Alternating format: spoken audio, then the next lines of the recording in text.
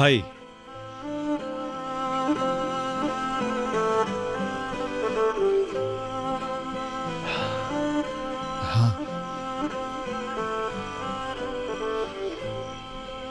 विदात के साथ कुछ नहीं करेंगे ना आप?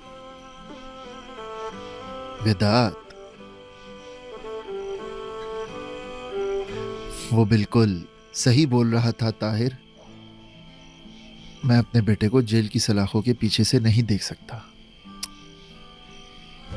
ये मामला अब अल्लाह के हवाले कर दिया। चलो यार। बात सुने भाई, सच बोले।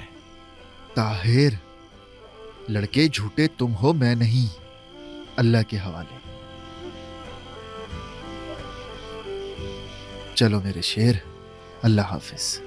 सुबह देर मत करना।